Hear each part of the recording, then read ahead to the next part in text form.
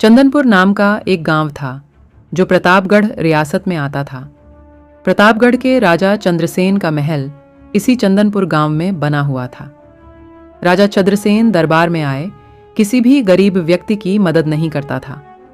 राजा चंद्रसेन केवल अपने सुख पर ध्यान देता था, न कि प्रजा के दुख पर। एक दिन एक किसान राजा के दरबार में आता है। महाराज, मैं बहुत बुरी स्थिति में हूँ, कृपया करके मेरी मदद कीजिए। अरे इसे अंदर किसने आने दिया? निकालो इसे यहां से।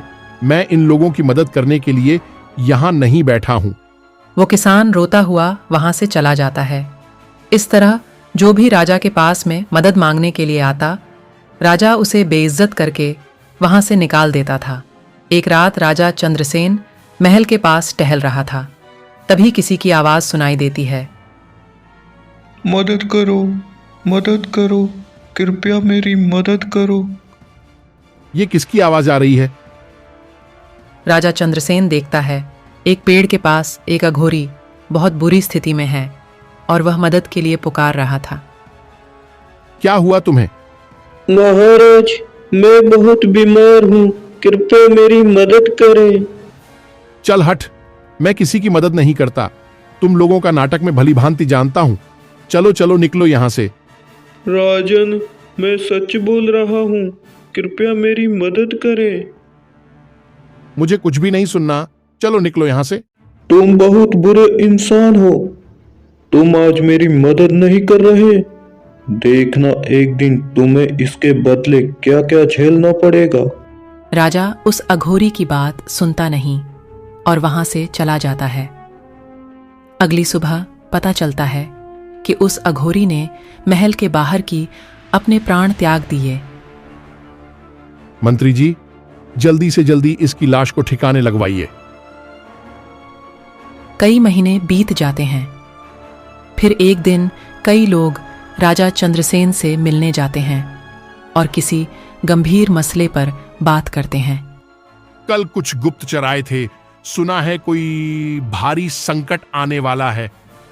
हाँ महाराज, मैंने सुना है ज्यादा समय तक राजपाट नहीं रह पाएगा। अरे मंत्री जी, शुभ शुभ बोलो।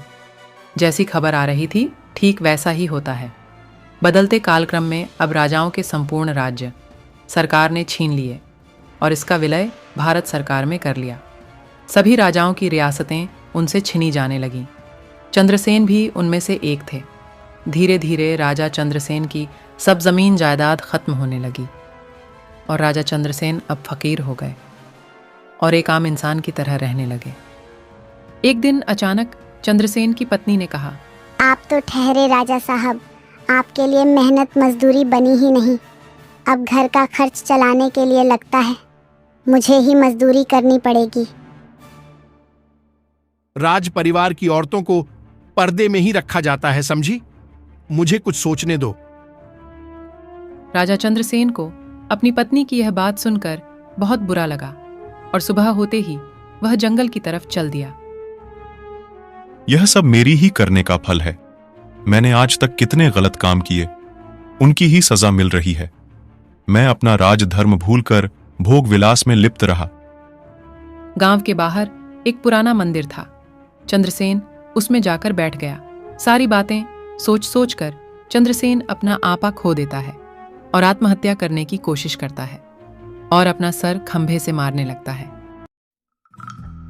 तभी उसे आभास होता है, मेरे ना होने से मेरी पत्नी और मेरे परिवार की स्थिति और अधिक बिगड़ जाएगी। नहीं, मैं आत्महत्या नहीं कर सकता। इसलिए अब चंद्रसेन ने आत्महत्या करने का इरादा बदल दिया। उसके सिर में लगी चोट का खून बहकर एक फूलदान पर गिरता है। जैसे ही खून फूलदान पर गिरता है, उससे एक झिन्न निकलकर बाहर आता है। मानव के खून की प्यास आज जाकर बुझ पाई। मैं आजाद हो गया। कौन हो तुम? मैं इसी खंडर का जिंद हूँ। मैं इसी फूलदान में रहता हूँ। एक अघोरी ने मुझे 50 साल पहले इस फूलदान में बंद कर दिया था। फिर तुम बाहर कैसे आए? उस अघोरी ने मुझसे कहा था मेरे मरने के बाद किसी इंसान के खून के स्पर्श से तुम मुक्त हो जाओगे। लगता है वो अघोरी मर गया है।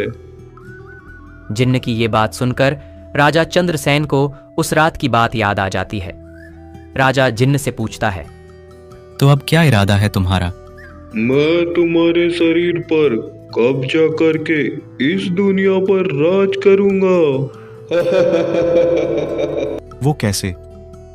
उस अघोरी ने कहा था जिस इंसान के खून से तुम्हें मुक्ति मिलेगी उसका शरीर धारण करके तुम दुनिया के सबसे ताकतवर इंसान बन जाओगे। मुझे तुम्हारा शरीर चाहिए। मुझे छोड़ दो, मुझे मेरे परिवार की बहुत चिंता हो रही है। कैसी चिंता? बोलो, मैं तुम्हारे शरीर के बदले तुम्हें कुछ भी देने के लिए तैयार हूँ। यह बहुत बड़ा निर्णय है, मैं इसे तुरंत नहीं ले सकता। इसके लिए मुझे कुछ वक्त चाहिए जिससे मैं अपने परिवार से इस विषय में चर्चा कर सकूं। ठीक है, ये इत्र लो और मैं तुम्हें 1 महीने का वक्त देता हूँ। इस इत्र की खुशबू जहाँ तक जाएगी वहाँ तक तुम्हारा राज्य बढ़ेगा। उस क्षेत्र के लोग तुम्हें फिर से राजा मानने लगेंगे। ठीक है, मैं तैयार हूं। याद रहे, ठीक 1 महीने बाद तुम वहीं बेहोश हो जाओगे और तुम्हारा शरीर मेरा हो जाएगा। हाँ हाँ। राजा जिन्न का दिया हुआ इत्र अपने शरीर के लगाता है और अपने राज्य की तरफ बढ़ने लगता है। अब सभी लोग राजा का सम्मान करने लगे। जहां जहां राजा गया वहां उसे बहुत सम्मान मिलने लगा। रियासत की दीवार चमकने लगी। इत्र की वजह से चंद्रसेन का वैभव वापस लौटने लगा। एक दिन राजा की पत्नी ने राजा से इस विषय में जिक्र किया। इतना बदलाव कैसे हो रहा है? ये शोहरत मेरे जीते जी बस कुछ ही दिनों की मोहताज है। राजा ने पूरी बात अपनी पत्नी को बताई। ये सब सुनकर राजा की पत्नी जोर जोर से रोने लगी। उस जिन्न से कहिए वो अपना राजपाट सब वापस ले जाए। मैं आपको कहीं नहीं जाने दूंगी। अब कुछ नहीं हो सकता। 1 महीने बाद मेरी मृत्यु निश्चित है। मैं बस 1 महीने का जीवन इसलिए बचाकर जी रहा हूं कि तुम्हें वापस दहलीज लागनी ना पड़े। मैं कहीं भी नहीं जाऊंगी, ना ही आपको कहीं जाने दूंगी। खुद पर काबू लाओ।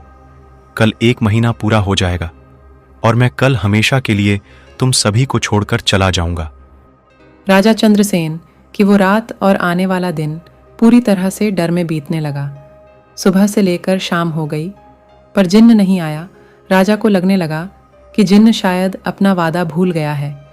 फिर अचानक ही राजा के मन में विचार आया कि यह गलत है। जिन्न ने अपने वादे के अनुसार मुझे मेरा राज्य लौटा दिया है। अब मुझे भी मेरा कर्तव्य निभाना होगा। ये सब सुनकर राजा उस खंडार वाले मंदिर में चला जाता है और उस जिन्न को खोजने लगा। कहाँ हो तुम जिन्न? मैं वापस आ गया हूं। तुम मेरे शरीर को ले सकते हो। तभी अचानक से जिन्न प्रकट होता है। तुम आ गए चंद्रसेन। तुम तो सच में ईमानदार राजा निकले।